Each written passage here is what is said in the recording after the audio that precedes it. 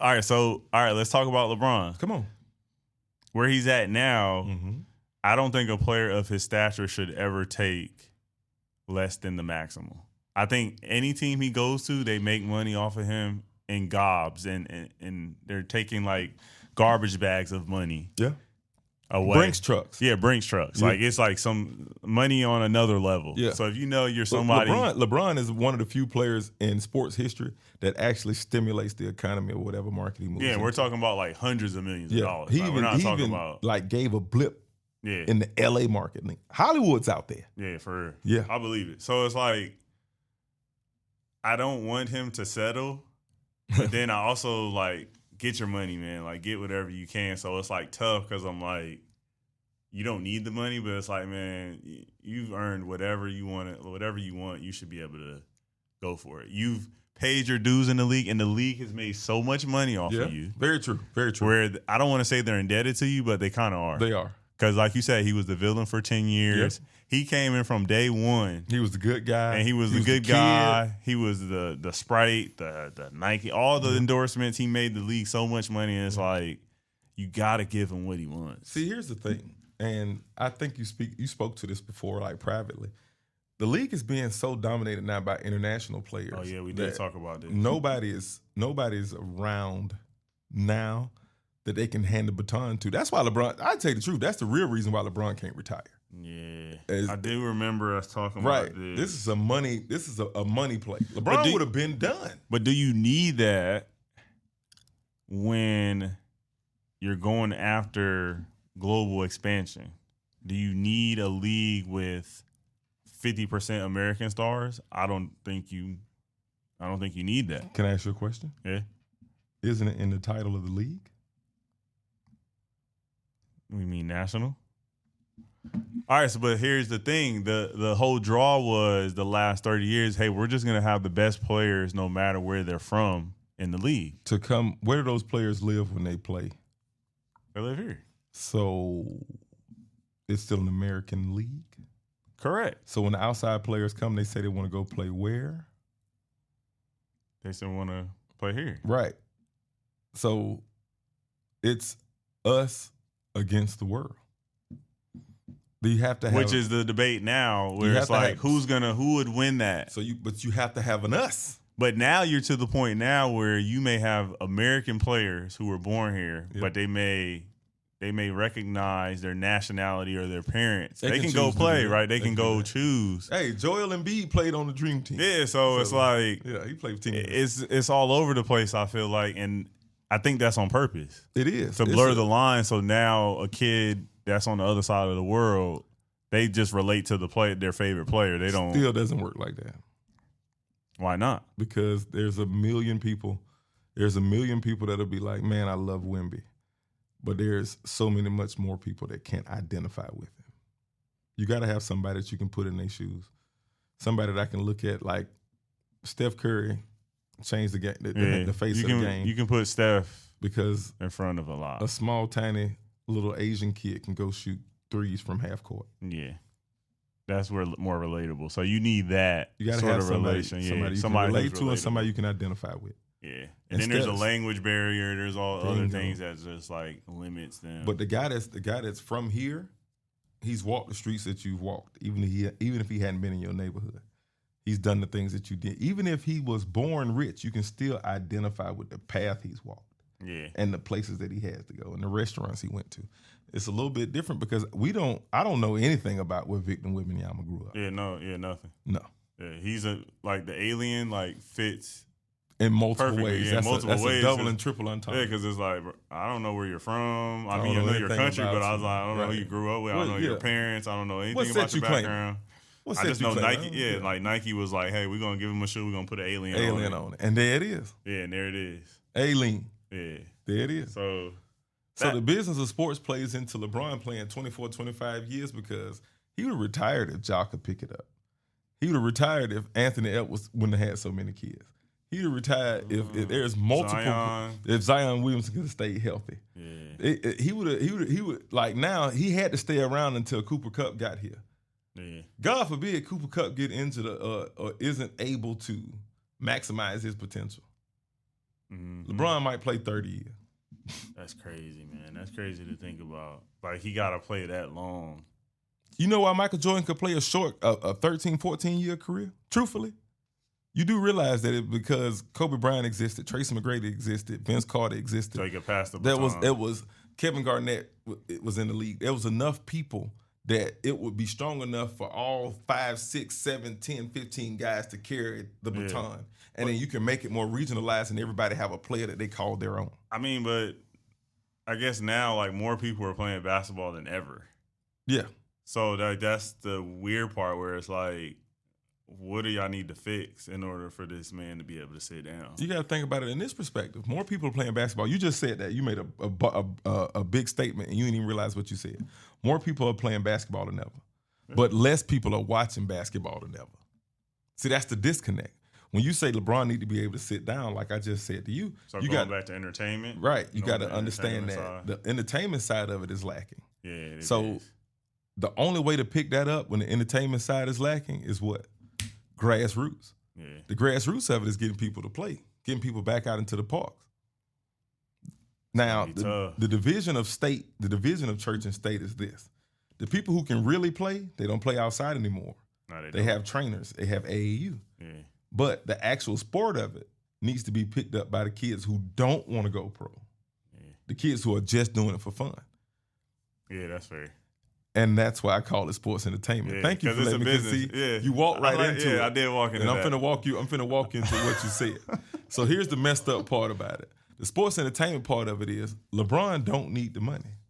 LeBron can't cement his legacy anymore. The people who think the people who don't think he's better than Jordan, or the people who think he's better than Jordan, that's it. You can't change their minds anyway. So what's the only thing LeBron can do now? Have fun. Yeah, have fun. That's what he's doing. Right. So him playing 2 more years, if he's just having fun, you know what that make the little kids do? Just go out there and have fun. Which gives you your grassroots element, which makes it sports entertainment. That'd be the way you just positioned that. If he does that, that's legendary. Yeah. Nah, that's legendary. Just for right fun. There. Yeah. What else we got? And if nobody can see it, man, from perspective, dog, that's just really how it plays out. You doing it for the work of it. But I just don't think there's that many players or people in general that would have that sort of lens that he has. And that's why he can't retire. That's terrible, man. That's terrible. If it was somebody for him to hand it off to. That's crazy. But that's him, like, bearing the weight of the game. Yeah. Like, after 20-something years, that's crazy. Still bearing the weight. And that's why that's crazy. And that's why somebody like you say, man, they owe him so much money. No, they owe him more than you think. Nah, yeah, they owe him a team. They owe him a percent, like a percentage for life. Like, I'm serious. He gonna get all of that. Yeah, he got to. He gonna get the Vegas team. Yeah. Seattle gonna be reinstituted, and then they gonna move Memphis and Minnesota over to the Eastern Conference. Yeah, I saw they were doing. Yeah. They were gonna do something. They're gonna redraw the lines. I'm telling you now. See it from. And he should be first up. Players like him, players like Steph. You won't see his name on it. What you'll see is I think Steph. Side note: Steph is gonna use the money from the Li Ning deal. He gonna hold off on it and then buy into the league that way. Yeah, that makes sense. Yeah. But I believe that LeBron at this point now, when you see the money, because we keep going back to the business of sports. So when you see the money, don't follow the money trail when it comes to LeBron. You got to follow the not the passion, but the purpose. The purpose of it is going to be different. You're not going to see his name on it. Yeah, for sure. But you'll know he's involved. He be making plays. Yeah, with Magic Johnson with the Redskins. Yeah. That group, he's not the lead guy in the group. He don't care about it. He don't care about being the lead. You need that. You need his name, and he's gonna take his cut. There you go. He's gonna take his cut. I like it. I like that you said that. LeBron has earned it just to have the ability. If his name's on it, let's go ahead and slide me my chips right now, because you're using my brand, my image, my likeness to get further. I like that. So when we were talking about the Marcus. You knew the Ja Morant trade was coming. Yeah, I did know that one. So the LaMelo Ball trade is what shocked you. Yeah, that shocked me. Do you think the city lost some of its identity or some of its pop? It lost some of its. I don't want to say swag, but just like a new energy that he brought. He's Okay. from Cali. Like he just brings a different kind of element to a city that is like a mix of slow pace and fast pace. So he brings it, the energy he brings with the drive and just with everything he does. Right? Everything LaMelo. It leans towards, okay, this is a faster pace that we're going in the city, and it feels that way, and that excites people. Whereas it's kind of probably going to slow down a little bit, just like we're not going to have him driving around the city. But like just along those lines, like losing a player like that, it's the other players are not going to come here, in my opinion. So you got to draft. So outside of Jalen Brunson, which I feel like Jalen Brunson is the guy that identifies most with the city. Yeah. What player do you think in the league other than Jalen Brunson? You can either say football. What player do you think most identifies with that city or represents that city? Like Jalen Brunson looks New York to me. So what player do you think identifies in NFL or NBA? Either one. I don't think this is going to sound bad, but to me, Lamar Jackson in Baltimore. I can see that. I see that. I like that. I like that. No self-aggrandizement, but I think for some reason Dak in Dallas, I don't know. It's the image thing. I just think it goes. Yeah. Like he's not corny, but it just like, goes with the Dallas way of doing things. He's giving me the same vibe I got from Tony Romo. Exactly. But it kind of lines up with the Dallas It's a market. When you think about it from that perspective, it's just a cog in a wheel. I think Cade Cunningham, Detroit. Yeah. I think that's a good blend. I like that. I like that one. That's a good one. I like that one. How do you feel about Patrick Mahomes and Kansas City? I think Patrick is playing a role to get paid. I didn't know you were so controversial on your show. Man. I think I'm not mad at him. Okay. I'm not mad at him. It's just I see it, but like he's doing what I feel like Tom Brady waited a little bit, like waited towards the end to do the power Tom Brady moves. was way more Tampa Bay than he ever was New England. Yeah, for sure. But I think Patrick Mahomes is like pulling his cards slow throughout. Yeah, a little bit differently than Tom. But yeah, I just don't. If he was in a different market, I think he would just still be as big and huge as he is. I don't think it's Kansas City. I think he's what makes that whole thing the way it is. Okay. My dad, growing up, my dad was a huge Kansas City fan. Tony Gonzalez, all them boys, all their offensive linemen that are essentially like Hall of Famers and all that stuff. Willie Rowe. Yeah, that's like my dad had the jerseys and everything. So I don't know why he was a Kansas City fan. So I'm familiar with Kansas City Chiefs, and to me, they were never that swaggy as they are. Still aren't. Yeah, they aren't, but I think he brings he's playing a role. Yeah, I'm just gonna leave it at that. Okay. I'm trying to think who else. Like you said, fits. Anthony Edwards in Minnesota, no. Does it bother you that like a place like Baltimore has better sports culture than Charlotte? No, it doesn't bother me because I've been to Baltimore and I walk down the street and everybody gives me Baltimore. Oh, let's go Ravens. Yeah, but I'm just saying Everywhere. like the tone, like the how y'all talk, like everything. I'm like, this is the Baltimore experience. Go Ravens. When you come to Charlotte, depending on where you go, you get a different experience. If you go uptown, you go to Gastonia, which is still Charlotte. I don't care what anybody says. You go to University. If you go to South Charlotte, like there's just different pockets. Mint Hill is not the same as Uptown. It's not the same as Ballantyne. I could go on forever. You can go through the whole city, and you can see just as many other team jerseys as you can. You go to bars, and there are bars for the Bills. There's bars for the Cowboys. Yeah. I'm pretty sure there's a Redskins bar. Like there's a Ravens bar. That's what I mean. Like so, depending on where you go, you get a different. And then people are talking like those places when you go to the bars in Charlotte. It's not like when I go to, I've only been to Baltimore twice, but when I went there, it was like everybody sounds and acts like they're from here. Like they rep it. So do you think like I can't be mad at that. Do you think the player empowerment is what hurts the smaller markets? Like they're empowering players too much? Yeah. No, I don't think that is. Because, I mean, football and basketball are different. But, like, for this conversation, both of them are being more empowered every day. So do you think that the player empowerment and the ability to go where you want to go or force your trade somewhere else or force a team's hand, a la Micah Parsons or a la... No, I like players. I don't think that Jaylen handicaps Brown. the team. I just think the teams need to think past like just managing the budget. They need to think like, how does this strategically work? Like, how do we sync with this player who we want, what we say is a star? Like, how do we align with him so that he's not doing stuff to tamper the amount of money we can make or making the situation more successful? But what's the most important part to win games or make money? Because those two aren't making money is the most important. Yeah, if to I'm the an team. owner. Yeah, to the owner. Yeah, Winning games is not necessarily primary. Even for the players, I don't think it's primary. What? For the players too? Yeah, I don't think so. Not nowadays. Man, that would sound more like sports entertainment. Yeah, it is. We're coming back to that. Yeah, I don't think.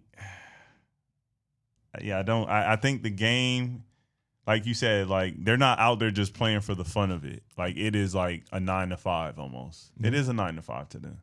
Most players, professional, NFL or NBA now, it is. They like the trappings of what come along with it. Yeah, they just like like it makes sense. You're living a nice life. You're getting crazy checks. You're getting taxed in every state you go to, doing cool stuff like that. Mm-hmm. Like it's an experience that only 1% of the people, or less than 1% probably. It's only $450. Yeah, exactly. And the NFL, even the NFL is like still a small percentage of the total people that play the sport. So they're doing really cool things, but for some reason, like they're doing it for so long that the drive to just play the game just goes away. Hey. So would that lean towards, I'm not trying to trip in your words, but I'm sending you back to an original point. So does that lean towards finding that hunger so you have to become more global? Like would that make you go find the players that want to fight it out and want to fight to get here and everything that they went through and to come through the trenches? Wouldn't that technically force you to go to some smaller countries and people are struggling to find those players? Because you can lead them a little bit more. They have a lot less access. Those types of players for smaller markets? Yeah. I'm talking about in general. Like, it's easier to sell a Victor Wembanyama that you need to come to the NBA and commit. When there's a guy here that got NIL and he's made $10, $15 million while he was in college. You think it's easier to get Wemby? Yeah. Here. Doesn't that force the game to become global, to find the best product to put on the floor? I think that's a narrative. Okay. I think that's a narrative. There's so many good players here, in my opinion. Yeah.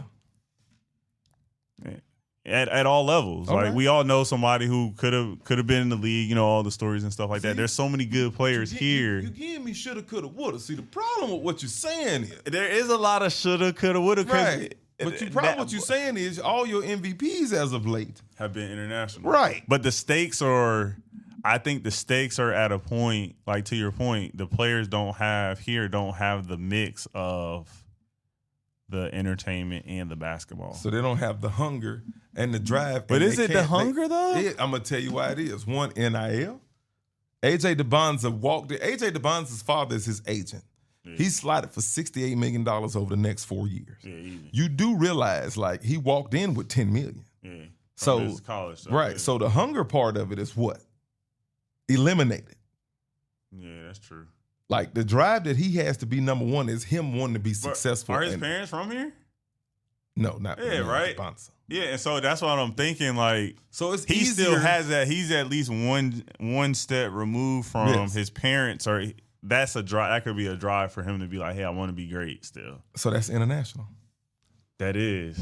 So that's what I'm telling you. I'm not trying to create a narrative. I'm just telling you, like, it's easier to manipulate somebody who's not on the ground here and sees all the trappings. I can dangle the carrot a lot easier. I can dangle the carrot a lot easier on. We paused it. You paused it. What I was gonna say was, dang it, I lost my thought. You good? I didn't already. I was going through your topics already on the. We went through them, right? Okay. We already in rapid fire. Okay, cool. How much time has it been? That's 60 minutes. We've been done. Yeah. In terms of the 60-minute mark. Right, I'm finna get you out of here. Yeah, let's get out. I'm finna get you out of here. You gotta trust me. I'm a professional. So this is what you do. When you get back to the shop, you make sure everybody understand. That goddamn it, that Les is a professional.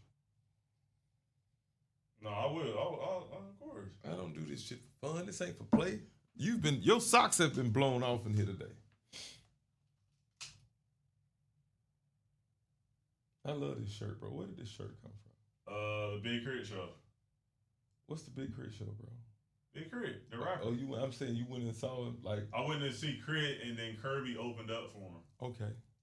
She's dope. She did a couple renditions of some classic stuff. I'm fucking with it. I'm fucking with it, bro. Get rid of this. You tell Kirby hooked me. Yeah, we don't need this. What? The phone? Because I got this one. I just use this to close out. Man, that video is going to take a while. Is it good shit? It look good. No, it looks good. No, I mean, is it quality information and what we talked about? Yeah, the show. Heck yeah! I told you content is gold to me. Okay. You was like, man, I want to destroy you. I said, good. That's content. Where do we leave I off? got you. Just let me know when it's time to go. All right, let's go. Ready? Are we running? This is thinking. I ain't think we was running. I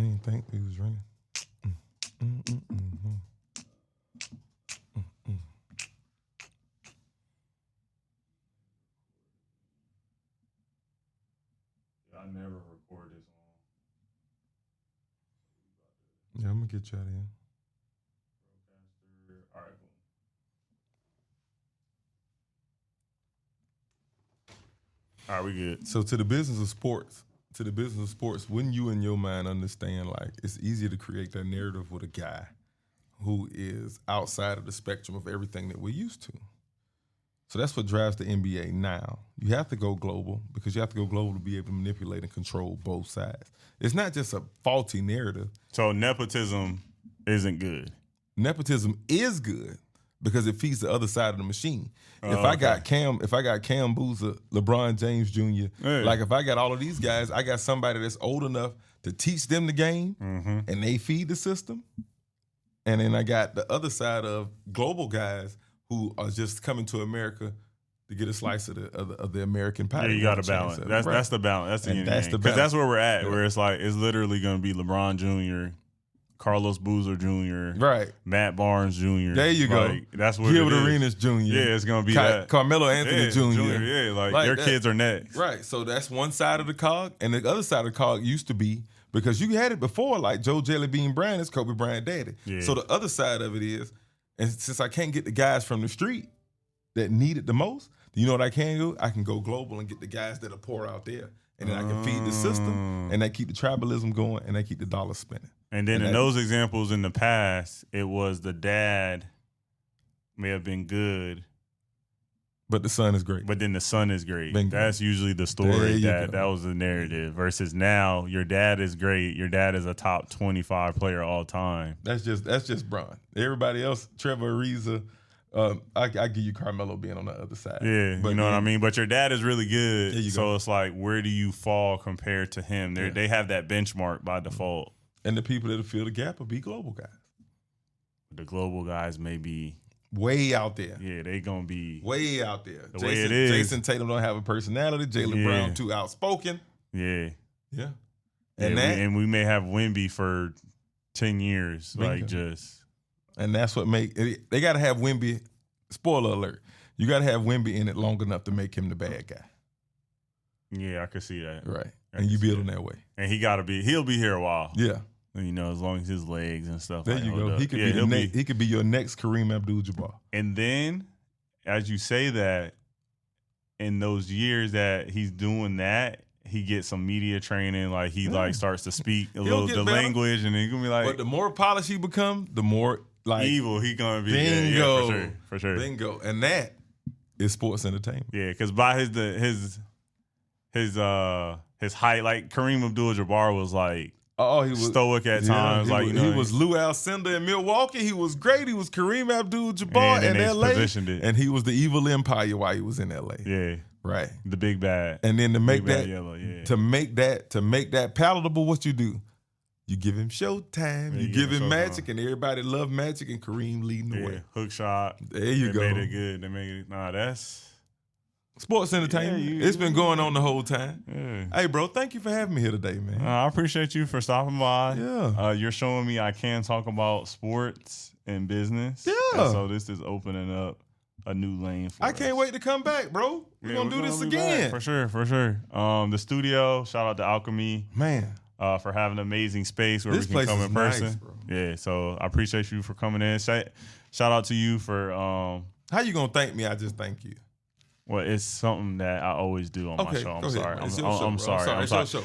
It's your I was just gonna say, I'm just not used to being thanked, bro. Thank you, bro. Mr. Bless is has definitely had some conversations with me. From our very first conversation, he was like, "You got a good voice, like what you doing content wise," and so he's been pushing me to do more and more in this space. That's technically supposed to stay between us, but all right, you letting the cat out the bag. No, I'm letting the cat out the bag because I give people their flowers, especially. But then people expect that out of me more. Like I don't want to do that. Yeah, he's also like, so you guys are hearing the other side. Leave me in the he back. Doesn't like. I'm not here for that. Yeah, he's not here for certain stuff. Leave me in the back. But you gotta accept your flowers sometimes. No, I'm cool on that. I understand it. Respect, you know what I'm saying? What's understood ain't got to be said. Yeah, no, that's fair. That's fair. But thank you for stopping by, sir. I appreciate you for having me, bro. This is the first of many podcasts in public conversations that we'll have.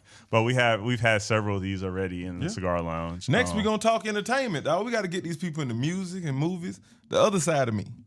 We went sports. Now we're gonna go other side. Then we're gonna finish with like love and life and family because you're a family man. You got your wedding ring on. Yeah. We got to talk about kids and all of that.